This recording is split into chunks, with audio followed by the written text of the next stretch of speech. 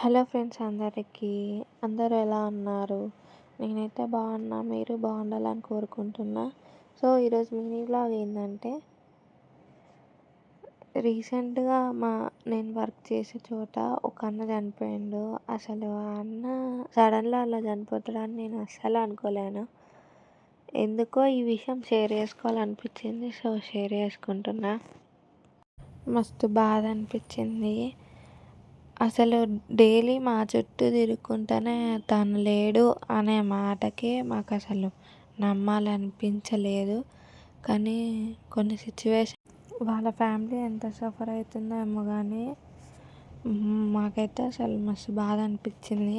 So ఈ విషయం మీతో ఎందుకు చెప్తున్నానంటే, మనం ఎప్పుడు ఉంటామో ఎప్పుడు పోతామో తెలియదు కాబట్టి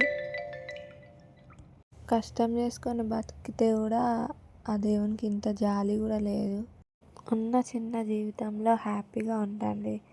ఎందుకంటే మనం ఎప్పుడు పోయేది ఎప్పుడు ఉండేది కూడా తెలుస్తలేదు కాబట్టి. సో మీ ఫ్యామిలీ వాళ్ళతో టైం స్పెండ్ చేయండి, మంచిగా ఉండండి. ఫ్రెండ్స్, మీకు ఒకటే చెప్పాలనుకుంటున్నాను. ఏంటి అంటే, ఎప్పుడైనా చిన్న జ్వరం వచ్చినా హాస్పిటల్కి వెళ్ళండి. ఎందుకంటే అది చిన్నగా ఉన్నప్పుడు చూపించుకుంటేనే బాగుంటుంది. పెద్దగా అయిన తర్వాత వరకు ఆలోచించకండి ఫ్రెండ్స్, ఓకేనా?